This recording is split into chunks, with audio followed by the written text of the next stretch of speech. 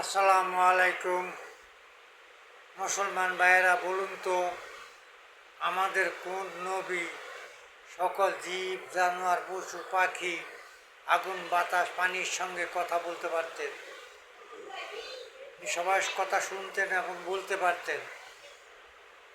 কিন্তু উনি কাবা ঘর নির্মাণ করার সময় জিবরাইল আলাইহিস সালাম আইসা ওনাকে বলছে আপনার আয়ু শেষ, আপনাকে চলে যেতে হবে। তখন উনি বলছিলেন ঠিক আছে আমি যাব, আমি কাবা ঘরটা নির্মাণ করে নিই, তারপরে বলছে যে না, আপনাকে এখনই যেতে হবে। তখন বলছে ঠিক আছে তোমার আল্লাহকে বলো আমার একটা কাছের ঘর বানায় দিয়া আমার লাঠির মধ্যে, আমার একটা হাতে লাঠি আছে, লাঠির মধ্যে হেলান দিয়া খাড়া করে আমার রুহুটা নিয়ে যাক,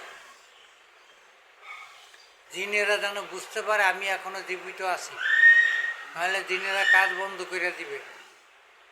তারপর ঠিক জিবরাইল আলাইহিস সালাম তাই করলেন এবং যেদিন কাবা ঘর নির্মাণ শেষ,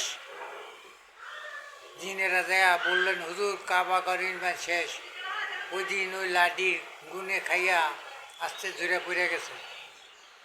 তারপর জিনেরা আফসোস করলো যে আল্লাহ ওই এতদিন আমরা কাম করলাম, উনি তো মারা গেছে কবেই। তার ভিডিওটা সবাই একটু শেয়ার করে দিবেন ভাই, আমার আইডিটা ফিউজ হয়ে গেছে, সবারকে একটু অনুরোধ একটু ফলো করে দিয়েন ভাই, সবার কাছে হাত জোর করে বলতেছি একটু আমার আইডিটা ফলো করে দিয়েন ভাই। আমি বুড়া মানুষ, অনুরোধ করতেছি সবার কাছে ভাই।